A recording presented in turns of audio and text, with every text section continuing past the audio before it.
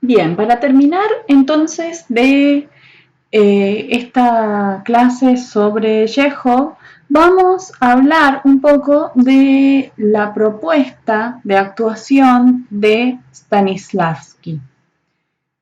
Stanislavski dirigió y de alguna manera llevó a la fama varias de los textos teatrales de Chekhov. Y todo esto se inicia en el Teatro de Arte de Moscú, del cual Stanislavski fue uno de los fundadores. ¿Sí? Los principios de este Teatro de Arte de Moscú tenían que ver con una fidelidad a la realidad histórica. ¿Sí? Se buscaba una fuerza emocional y un ambiente social que fuera auténtico. Por eso entonces se hicieron estudios que eran muy parecidos a los que hacían los escritores realistas, ¿no? A cómo se documentaban los escritores realistas de novela, como ya hemos hablado nosotros en la primera clase sobre el realismo, ¿no?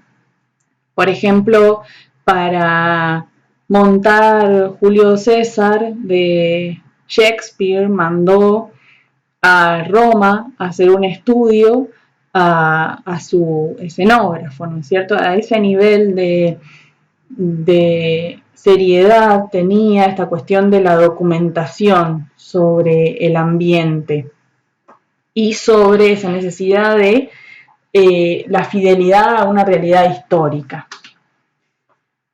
El primer estreno en el Teatro de Arte de Moscú no fue una buena, no fue exitoso, ¿no? Eh, pero el segundo sí, que es interesante porque fue en diciembre de 1898, fue La Gaviota de Chekhov, pero La Gaviota también ya se había estrenado el año anterior y no le había ido bien. Entonces fue de alguna manera como una revancha, tanto para el teatro de arte como para La Gaviota. De hecho, Chekhov no tenía ganas de volver a montarla después de ese fracaso.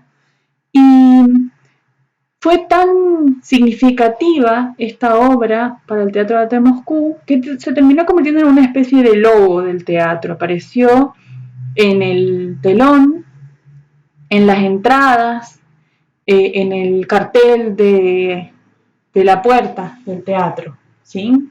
Y a partir de ahí se empezaron a montar todos los textos teatrales de Chekhov en este teatro. Y hay algo que lo marcó, que era ese estilo impresionista de Stanislavski. Lo que Stanislavski quería era que tanto los actores como el público se compenetraran con la historia. Entonces, una de las cuestiones era esta cuestión del impresionismo, ¿no? Que a partir de la ilusión óptica y acústica se intentaba conseguir esa compenetración. Hoy podríamos pensarlo en relación a estos efectos de 3D del cine y de la construcción de un audio envolvente, ¿no es cierto? Se podría comparar con eso a principios con estos recursos a los que buscaba Stanislavski a fines del siglo XIX y principios del XX. Para pensar el método interpretativo de actuación de Stanislavski, en primer lugar tenemos que tener en cuenta 5 principios revolucionarios de André Antoine, con el cual había estudiado Stanislavski en París varios años antes, más de 10 años antes de la fundación del Teatro de Arte de Moscú. ¿Sí? El primero de ellos es definir la función del director. La función del director teatral no existía antes del siglo XIX. Es un rol que es bastante nuevo y que por eso mismo es un rol que se está discutiendo y se está pensando desde hace bastante poco. Pero básicamente, para Antoine, el cuidado del director tenía que ver con la composición de la escena y con la dirección de los actores.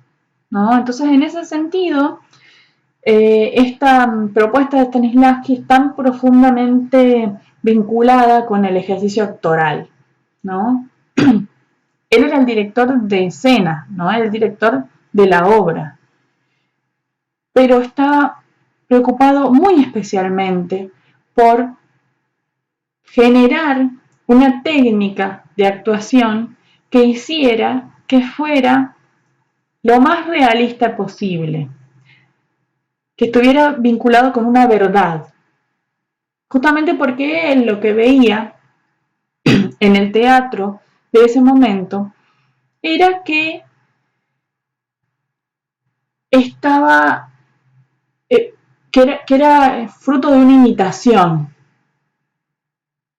y no era verdad, eso era una mentira escénica, ¿no? Bien, otro de los principios era desentrañar la naturaleza de los personajes, es decir, conocer las motivaciones de sus parlamentos. Esto Stanislavski lo va a rastrear a través de un estudio muy profundo del texto teatral. En tercer lugar, procurar un movimiento natural en un espacio que reproducía la realidad hasta el detalle. Fíjense que estos dos, el segundo y el tercero, están muy vinculados a la actuación y al desenvolvimiento del actor en el escenario. Este cuarto también inculcar a los actores la finalidad de su tarea, ser y no representar. Esto tiene que ver con esto que veníamos diciendo, ¿no? De la verdad escénica, como primer paso hacia la verdad escénica.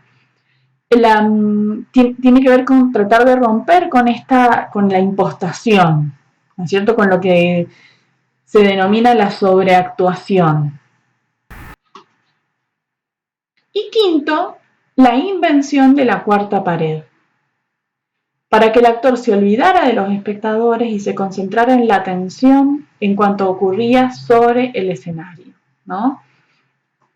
Esto tiene que ver muchísimo con el realismo, porque justamente estos personajes, si los personajes intentan ser como los hombres en la vida real, los hombres en la vida real y las mujeres en la vida real, no tenemos un público. Entonces, si el vínculo se establece con el espectador, se rompe esa verosimilitud que estaba siendo buscada por estos artistas que estaban tan preocupados por un realismo, ¿no? Es importante destacar que este método de Stanislavski no es una doctrina. Todos sus libros reproducen una serie de ejercicios que tienen que ver con la experimentación escénica. Sí va a tener ciertos principios, pero esos principios van a estar vinculados con el ejercicio de la actuación y con cómo esos principios se van a ir modificando a lo largo de la historia. En ese sentido, Stanislavski es muy consciente de cómo los cambios históricos afectan a nuestra forma de ver el mundo, ¿no? Entonces, tal vez también por haber estudiado en profundidad el teatro histórico, entiende que esas modificaciones y esas transformaciones en relación a lo real y a lo que consideramos real, es algo que está en permanente experimentación. Por eso plantea él principios y no una doctrina, porque una doctrina se hubiera basado solamente en la forma de ver la realidad en su época, ¿no? En esos fines del siglo XIX y principios del XX. En cambio, al generar ejercicios que tienen que ver con la experimentación, lo que hace es permitir que esa forma se renueve como se renuevan los tiempos, ¿no? El punto de partida entonces para este método va a ser la identificación del actor con el personaje y la empatía con el espectador. Los pilares del método tienen que ver con el estudio del texto dramático, como decíamos recién, ¿no? va a plantear esto de que debajo de las palabras, de las construcciones sintácticas y de los procesos de enunciación, hay pensamientos, emociones y motivaciones que precisan transformarse en acción, en tareas físicas, tanto cuando el intérprete habla como cuando escucha, o bien cuando permanece en escena, aunque esté apartado del diálogo principal.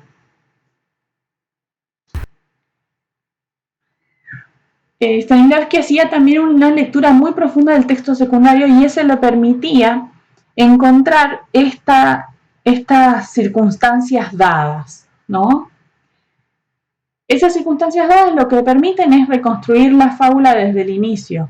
Entonces permite conocer una historia del personaje, llenar de contenido las elipsis, que son muy frecuentes en el teatro, obviamente, porque sabemos que el teatro empieza in media res, empieza en un momento en el cual estamos viendo consecuencias de actos y de acciones que han sucedido antes de que empiece.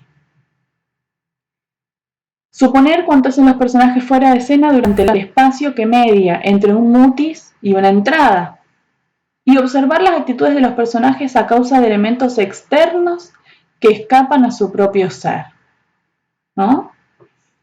En realidad el estudio del texto dramático va a estar muy vinculado con esto que vamos a seguir diciendo, porque finalmente es de ahí, desde la lectura en profundidad del texto dramático, que nace todo el método de actuación.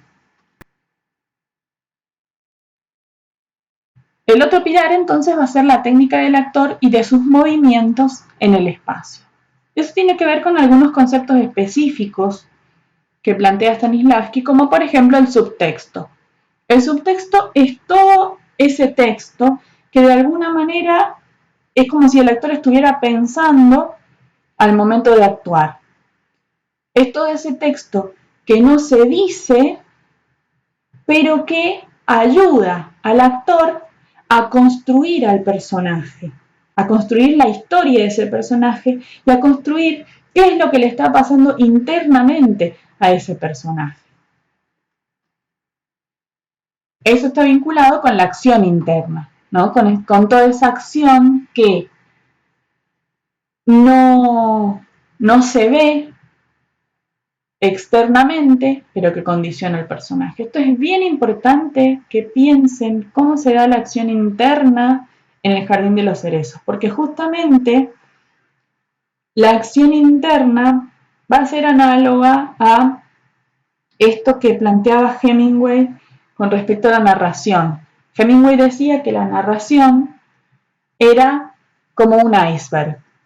Lo que podíamos ver era una parte muy pequeña y abajo del agua lo que no podíamos ver es la mayor parte de ese relato, ¿no? Entonces, en ese sentido, podemos pensar también la idea de acción interna. Con esa metáfora que plantea Hemingway para la narración, podemos pensar esta cuestión de la acción interna.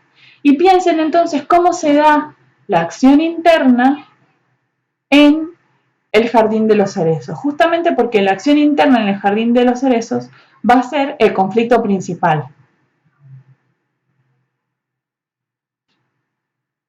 Y el otro concepto que va a ser muy importante para trabajar la técnica del actor es el de la memoria emotiva, que tiene que ver con la activación de la imaginación creadora y un conjunto de recuerdos que el actor allega a su memoria para crear un personaje desde adentro, construyendo su forma de ser y de actuar y rechazando toda creación basada en la imitación externa.